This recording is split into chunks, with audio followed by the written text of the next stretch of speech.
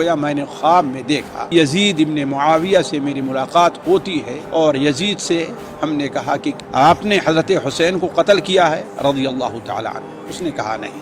تو پھر ہم نے پوچھا کہ اللہ نے تمہارے ساتھ کیا معاملہ کیا.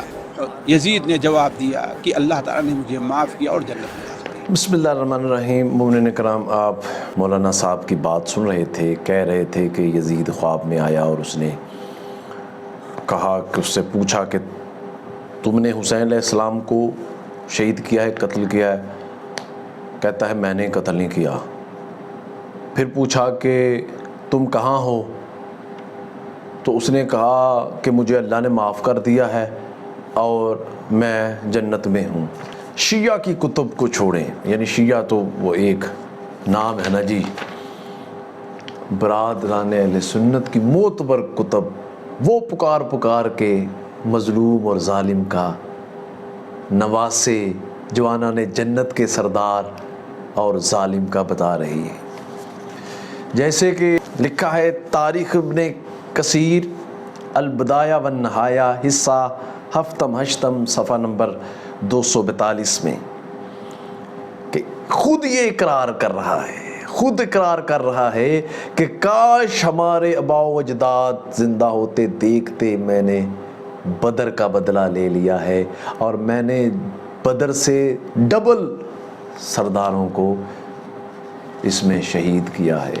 خود مان رہا ہے اور خوابوں میں آ کے کہتا ہے میں نے. یہ تاریخ ابن کثیر البدایہ والنہایہ آپ کے سامنے صفحہ نمبر 242 حصہ ہفتم ہشتم.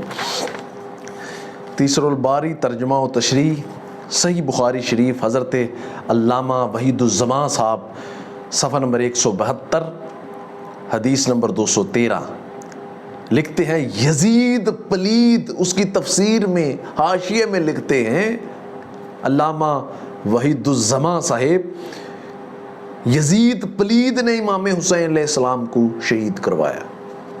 اور کہتے ہیں تعجب ہے ان علماء پر جو یزید اور اس کے ساتھیوں اور شمر وغیرہ پر اس نے جو ان پر لعنت ڈالنا جائز قرار نہیں دیتے. وہ کہتے ہیں تعجب ہے مجھے اس کی بخاری شریف میں. اور پھر کہتے ہیں کہ یزید نے ابن زیاد کو حکم دیا کہ امام حسین علیہ السلام سے بیعت لو، یا ان کو قید کر کے میرے سامنے لاؤ یا قتل کر دو. اور جب سر مبارک حسین علیہ السلام کا یزید کے سامنے آیا تو خوشی مردود نے کی اور امام حسین علیہ السلام کے چہرہ مبارک پر، منہ مبارک پر چھڑیاں ماری. پھر تاریخ عاصم کوفی صفحہ نمبر 755 میں لکھا ہے کہ یزید نے ولید بن عقبہ کو خط لکھا.